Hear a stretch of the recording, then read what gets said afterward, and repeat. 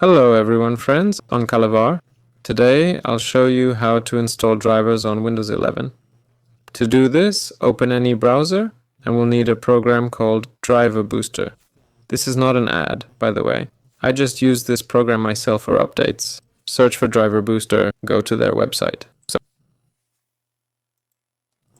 It's even in the Microsoft Store, so you can install it through there. Let's do that. Here's Driver Booster.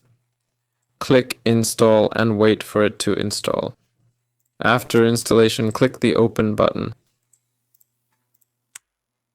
And now we wait for it to open. There. Now click the Start button, then click the Scan button and wait for the scan. Usually it doesn't take long. This is what it looks like. Yeah.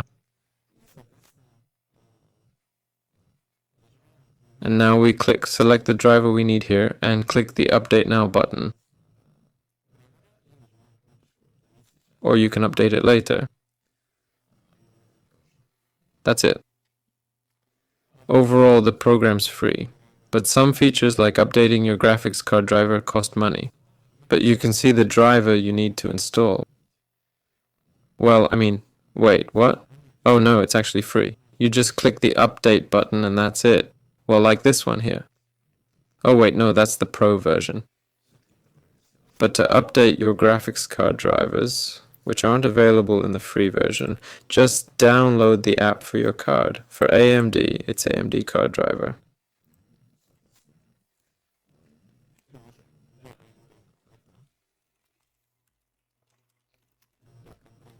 Right, so you go and install GeForce Experience for NVIDIA.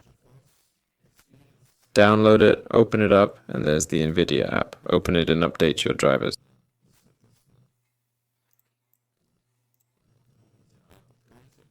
See you all later.